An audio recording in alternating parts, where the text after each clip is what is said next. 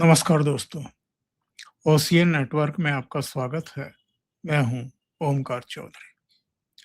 कांग्रेस तमिलनाडु की सत्ता से 1967 से बाहर है।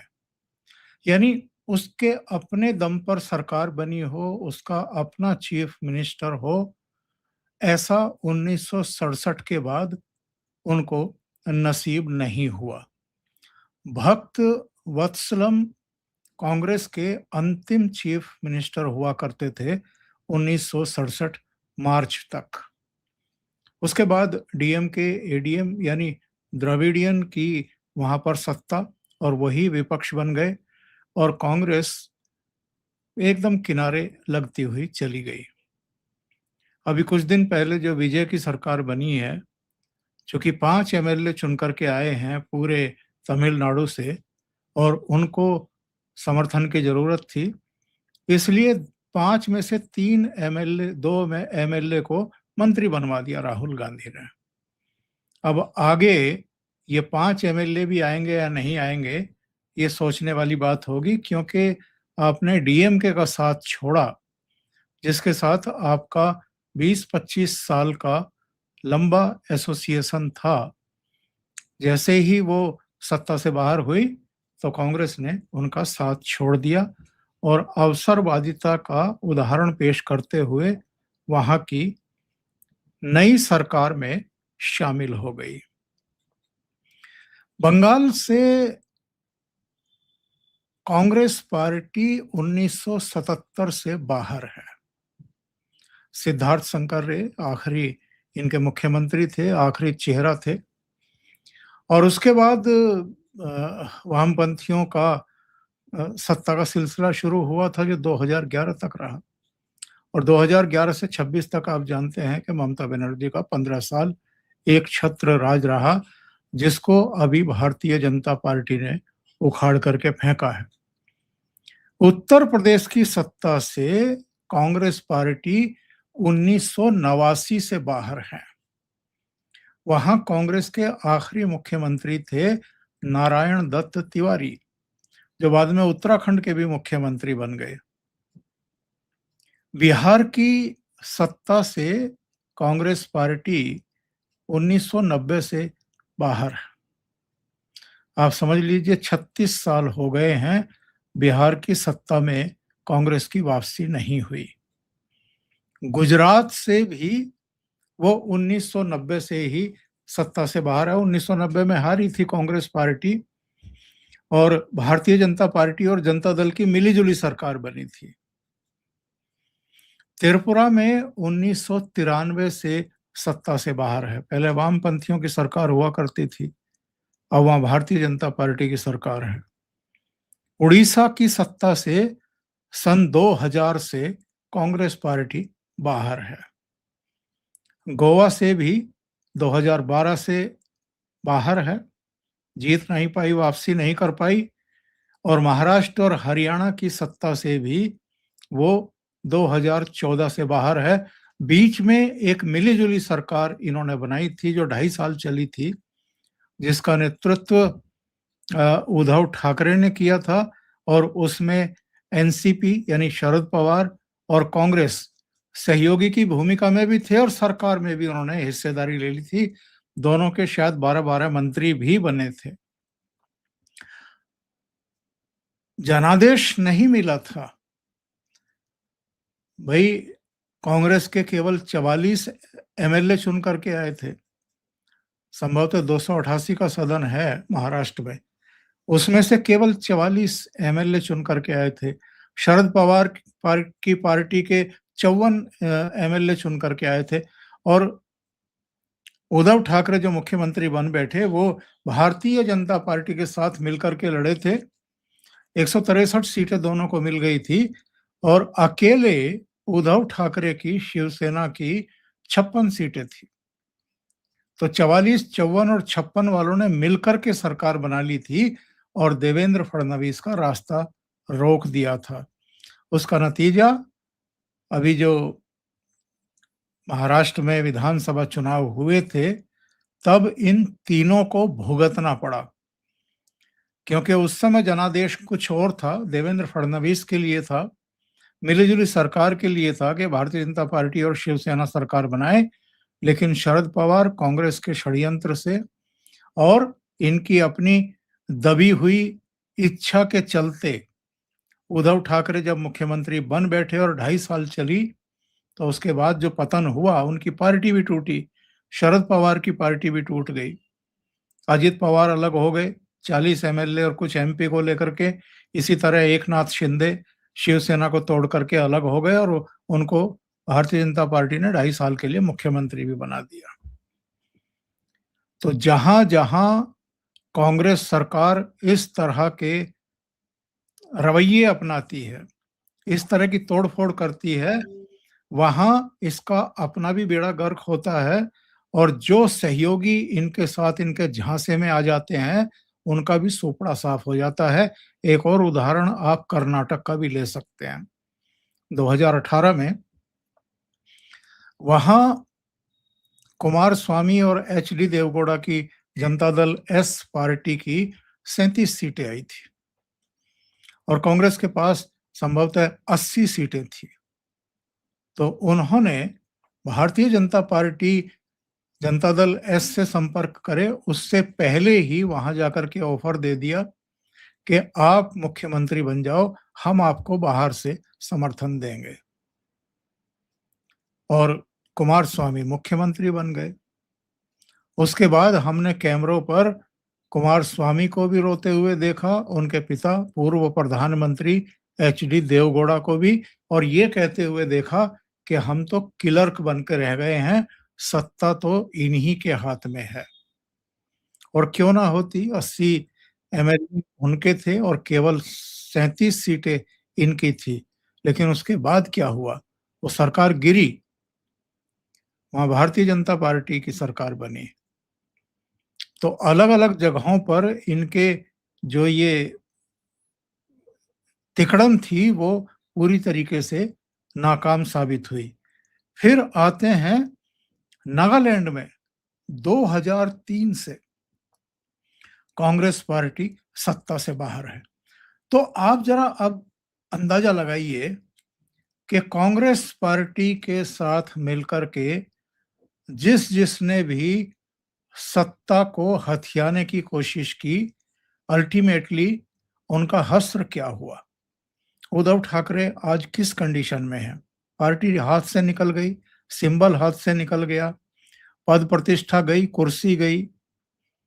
इसके अलावा जो मातोश्री का एक रुतबा हुआ करता था, साख हुआ करती थी, बाल ठाकरे के कार्यकाल में, उनके समय, उनके रहते हुए, वो सब मिट्टी में मिल चुकी है।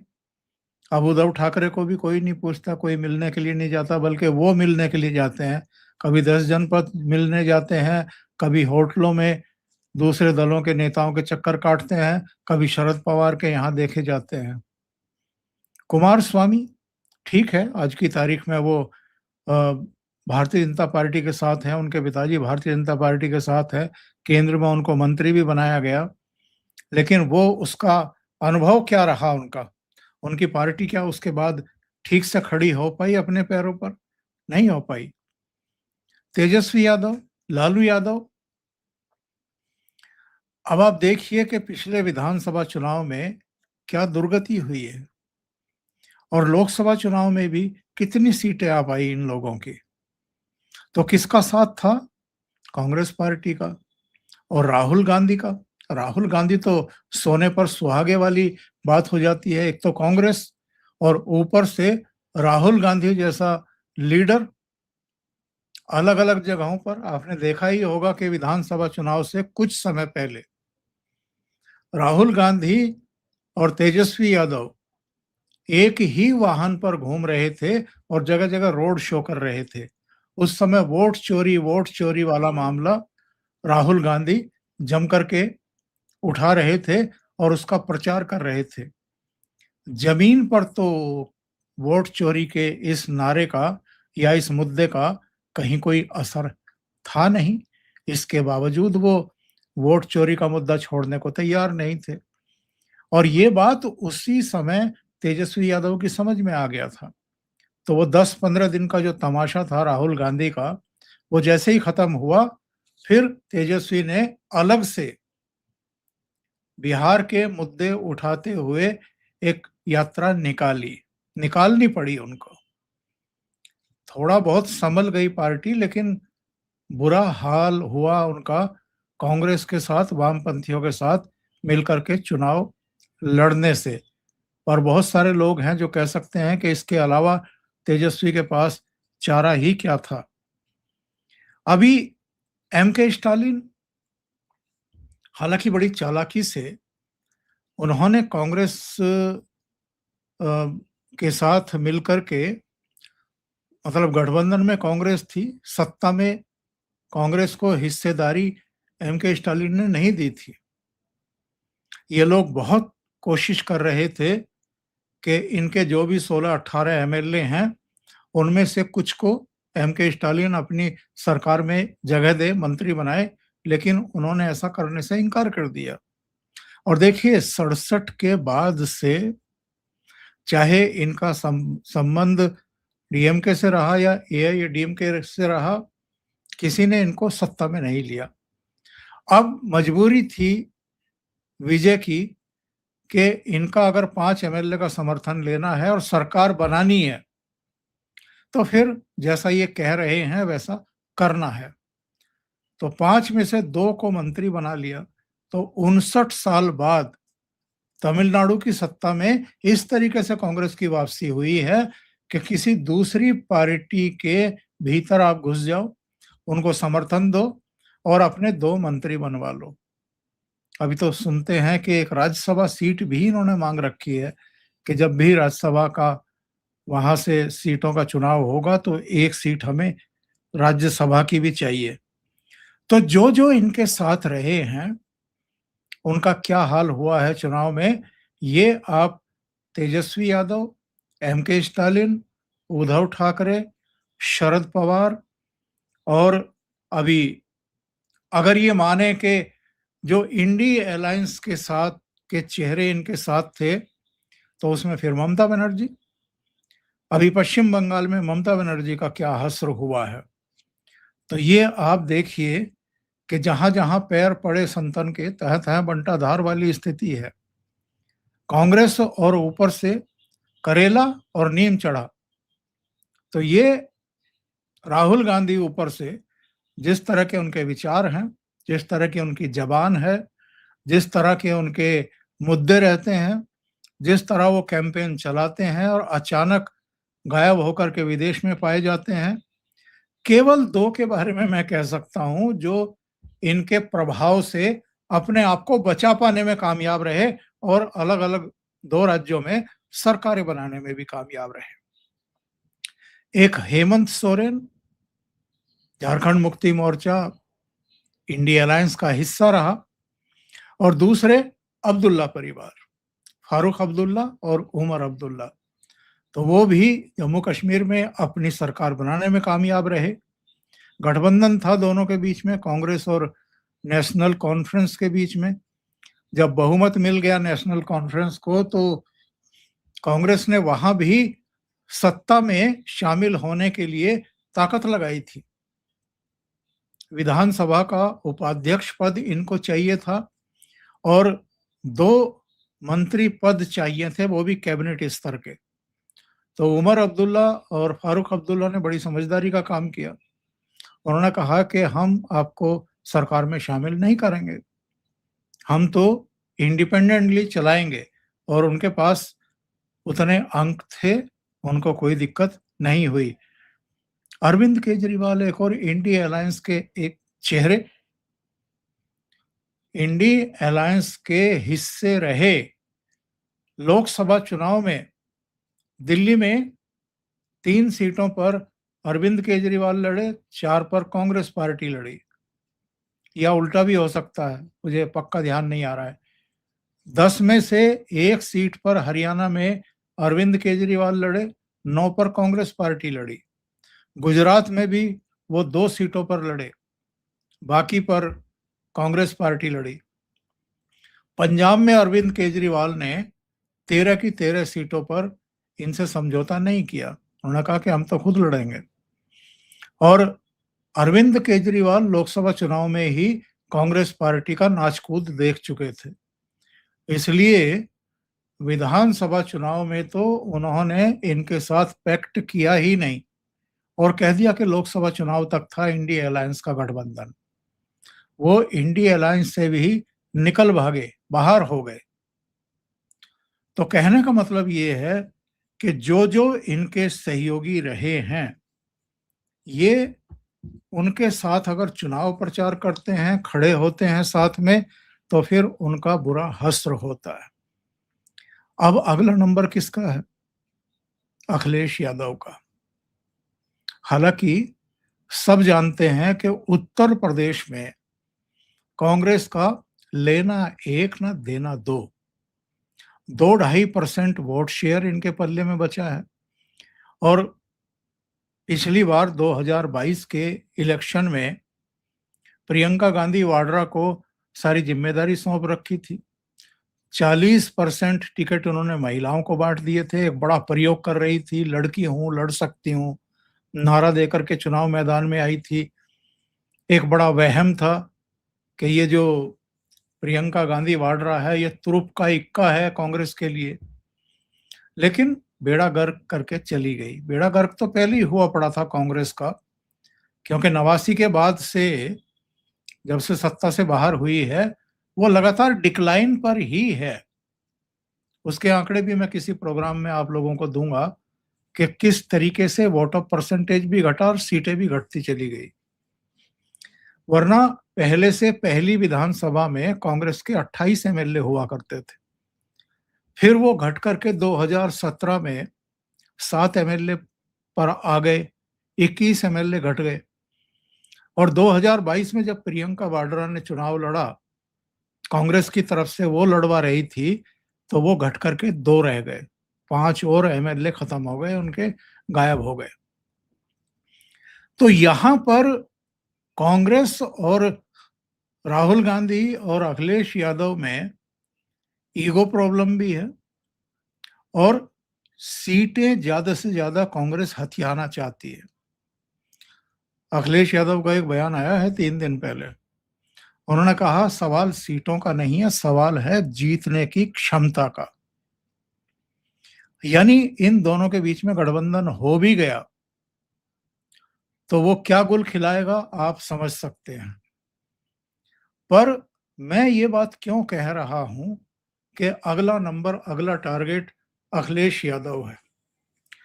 अगर आप गंभीरता से सोचें, तो ये जो क्षेत्रीय दल अलग-अलग राज्यों में खड़े हुए हैं, सत्ता के दरवाजों तक पहुंचे हैं, तो किसकी कीमत पर पहुंचे हैं?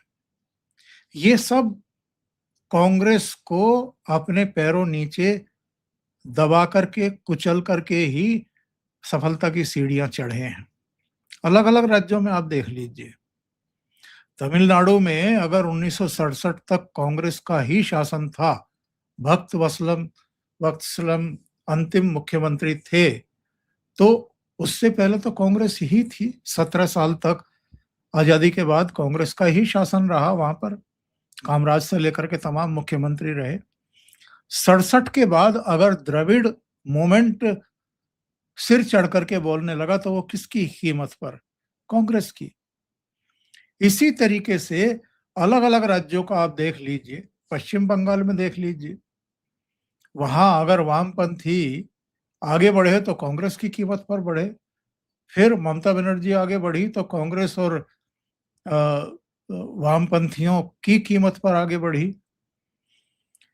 उत्तर प्रदेश में भी एक छत्र राज हुआ करता था कांग्रेस का, जिसको चाहते थे वो सबको मुख्यमंत्री बना देते थे। कभी हेमवती नंदन बहुगुणा 80 में वीपी सिंह बने थे, फिर नारायण दत्त तिवारी, फिर हेमवती नंदन बहुगुणा, फिर उनको हटाया गया, फिर वीर बहादुर सिंह और नारायण दत्त तिवारी रहे। तो बहुत लंबा एक दौर उसका बीता। बिहार में जगन्नाथ मिश्रा, उनसे पहले भी इनके कई मुख्यमंत्री रहे। तो ये एक लंबा दौर उन्होंने जिया है आजादी के बाद, दशकों तक उनकी सरकारें रही हैं। तो सवाल ये है कि अगर आज की तारीख में कोई कांग्रेस को नहीं चुन रहा है और अगर किसी सूबे में आ भी जाती है, किसी राज्य में उसकी सरकार बन भी जाती है, जैसे केरल में अभी बन गई है, कई दलों की मिली-जुली सरकार है ये कांग्रेस के नेतृत्व में।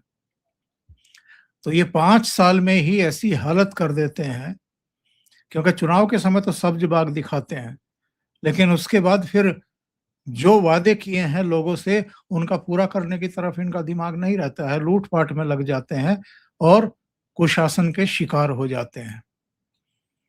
तो कांग्रेस पार्टी उन राज्यों में एक रणनीति के तहत क्षेत्रीय दलों के क्षत्रपों को विदा करने की एक नीति पर चल रही है, बढ़ रही है।